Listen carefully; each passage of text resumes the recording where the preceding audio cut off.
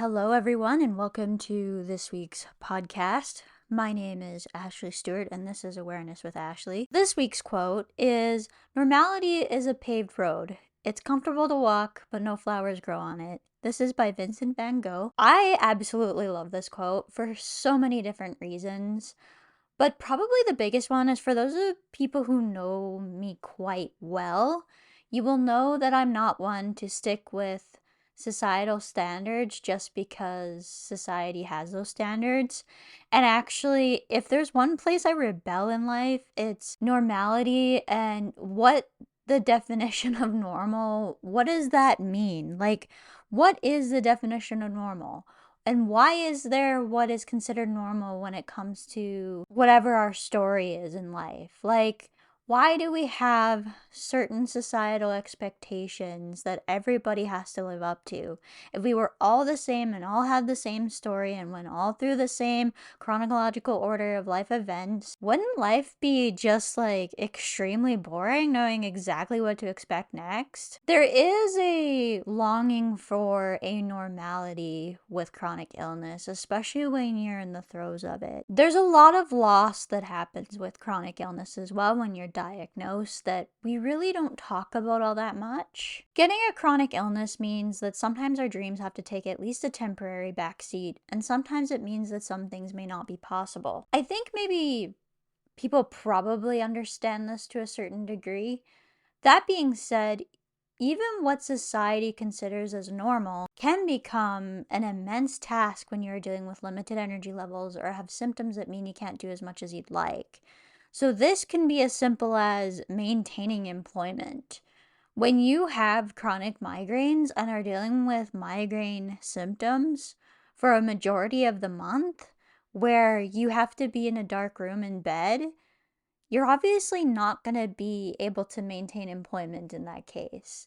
And that's the kind of things that I'm getting at with this. So when you're constantly sick, you're not going to be able to have the same normal that someone who is healthy has. And this can be normal things like what is normal for your age. So if you were a person who enjoyed going out with friends on a Friday or Saturday night, and this is normal for you up until now, well, those types of things can change drastically when you're diagnosed with a chronic illness, as they may not be able to happen. And actually, some of those things that your friends consider to be quite normal just aren't able to happen because of the symptoms that you have, and actually it triggering your symptoms to become worse. I have to stick to a very strict bedtime, so staying up late is just not something that happens unless my body ends up causing it to happen, whether I'm in pain or whether I just can't sleep. There's sometimes that happens too. I love this quote because of how you may not have a normal life by society's standards, but this means you have the chance to do something different. Sharing your story and raising awareness weren't ever on my radar, but I found voicing my frustrations along with talking out what I had been through has been extremely therapeutic. If this helps someone, it's just even better. Raising awareness to me means not only talking about some of the things that people don't realize that I have to deal with, but I'm hoping that people feel seen and heard by hearing someone that's going through something similar to them and going, "Oh, I experienced that too? You mean it's okay to have those feelings? It's okay to feel the way I do?" To us, having someone who is going through that is actually really hard to find. And to be in the position to be able to talk about this openly, I think is also something that's very hard to find. In my regular everyday life, I honestly don't talk about it very much. But on my own platforms, it's all I talk about. Now, this has been nice because I don't have the need to or want to talk about it outside of my platforms. But that being said, I still have the ability to get it out therapeutically. It's like writing a journal, basically, and whoever wants to tune in can. The part for me that I think has been the most therapeutic, though, has been the voicing of my frustration. So you guys don't get to see everything that I talk about and that I share. And I didn't do that either when I was sick a lot of the time. Although something might not make my final podcast or final video or final vlog, it means that I've still gotten it out. I've still gotten it off my chest. Whatever's been on my mind for thoughts is able to get out. And this and voicing those frustrations, whether it be in a video form or in writing it out, even, and it not being something I'm talking about even openly or publicly, it's just so therapeutic. And especially when you're going through a rough time where you feel like no one really understands you, this is particularly therapeutic. It's like writing in your own personal journal, basically.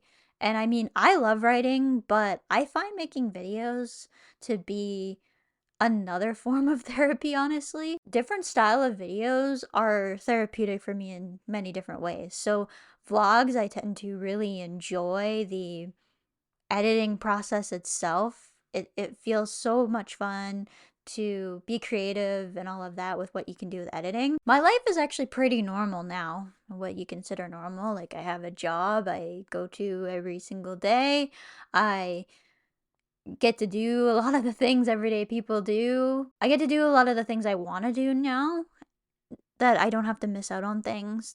That was probably one of the biggest things, is I don't have to miss out on anything. I can make plans now and not have to be stricken with anxiety that a migraine is going to ruin those plans that I've been working on for sometimes months in advance. So my life is pretty normal now by those definitions, but many still don't see that I have limitations and the amount of work it takes to maintain what I'm doing unless I talk about it. I've talked about this in pretty good detail, so I won't go much deeper than that, but I think when it comes to this definition of normal and being able to explain, although so much has improved, there's still so much more that I have to deal with because I have these underlying conditions. Looking normal is both a blessing and a curse. People don't tend to ask you awkward questions about what's going on with your health because you look 100% normal. But at the same time, it's a curse because I look normal. So people assume that because I'm young, that I don't know what it's like dealing with health issues. They say, "Oh, you're so lucky that you're young and you don't have all these health issues." Well, how long do you have? That's what I want to say. Unfortunately, I'm not always in a position to go into my health details, nor is it appropriate. But I tend to be able to empathize even if I can't get into my particular situation in the case. So people assume I don't have any health issues because of age and how I look, but when given the opportunity, I can empathize with them in a much deeper level than what they expected. People feel seen and heard this way, and I actually love this deep connection with other humans. It is honestly something that makes my day, and I think this deep human connection actually is one of the things that I absolutely love in life. Because I have a hard time actually relating to people a lot of the time and have trouble with that part sometimes, feeling a deep connection with another human being and on a deeper level is something that I crave because it doesn't happen very often. Like, it's very hard for me to relate to others because I have felt different all of my life. It's really hard to talk about, and I'm not going to get into this podcast, but those of you who feel this way will probably understand what I'm getting at when I talk about that particular thing. I think it surprises people when I'm able to empathize as well as I am. It's not empathy in the way that you would think. It's having a concern for the suffering in the moment more than it is of I know exactly what they're going through, because honestly, even with people who have IIH or migraines, the journey is so different and the story is so different, even when we have the same diagnosis. You're never going to truly fully understand or be able to empathize with someone exactly how they're feeling, but you can have a general idea of the struggles and the suffering that they're experiencing in that moment. You don't get anywhere in life by sticking to the status quo and doing what everyone else is doing. It might seem comfortable to others, but I've never cared for this. I feel like sharing my story has gotten me additional skills like learning video editing, learning how to improve my communication, and how to manage a schedule that I'm only really disciplining myself on. So when it comes to kind of more behind the scenes stuff, when it comes to making videos, I have absolutely loved the learning how to do video editing. I've loved the process that goes into understanding how this all works.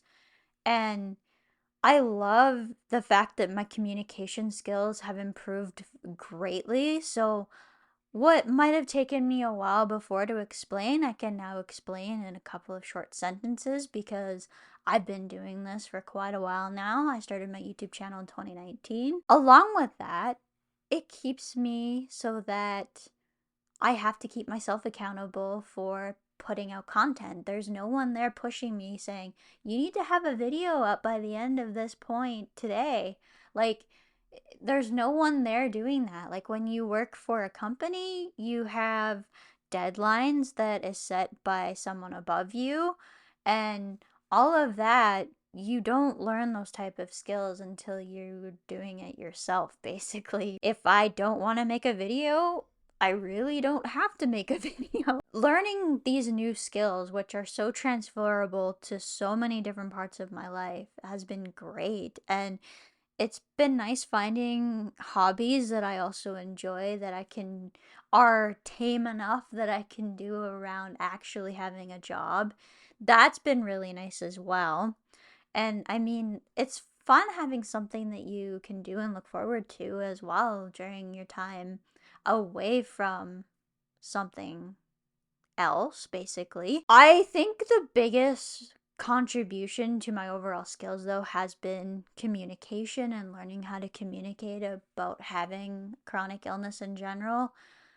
And you also tend to learn when things are appropriate and not, and all of that. So I don't know. I just feel like these extra skills have been just another benefit. Social media is really difficult to do. It takes a lot of work. Like, most of the bigger channels that you see putting out content like quite consistently have a team to do that. Like, there's not just a single person doing all of the work. So with that being said, I think that's where I'm going to end it for today. This wasn't meant to be a really, really long podcast today. It's a really, really short quote.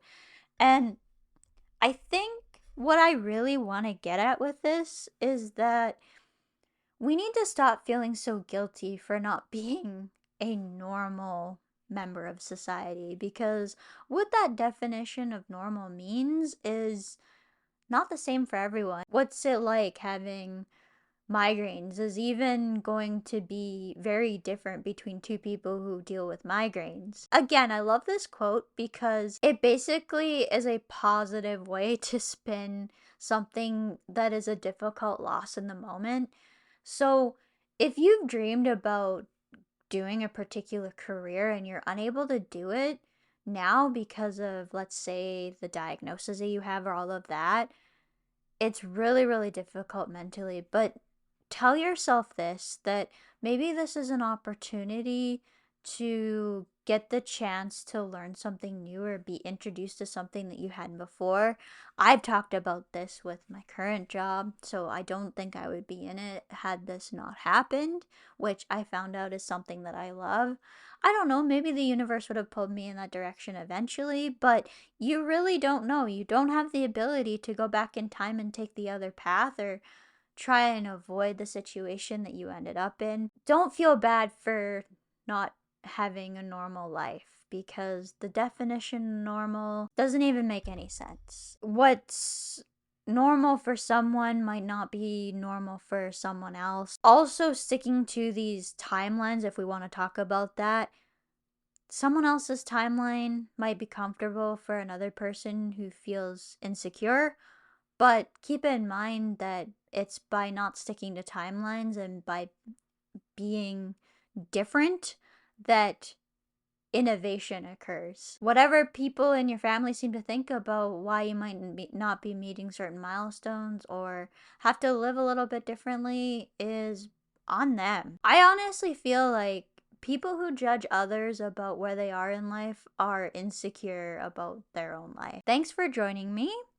You can follow me across social media on all of the platforms. On YouTube and Facebook, it's at Ashley Stewart. Twitter, I think it's still called Twitter, is at Ashley Stewart 94. On Instagram and TikTok, it's at Awareness with Ashley. That's the same on Threads. If you're on YouTube, please do subscribe and hit that notification bell so you never miss any of my upcoming videos. If you're listening to this on the podcast, be sure to subscribe and leave a review. It helps get the podcast out there. So I think that's everything. And if you guys have any questions, feel free to leave them in the comments. If there's a topic or a quote that you guys find that you want me to cover, feel free to leave that below as well. And as for now, I think that's it for this one. Bye, everyone.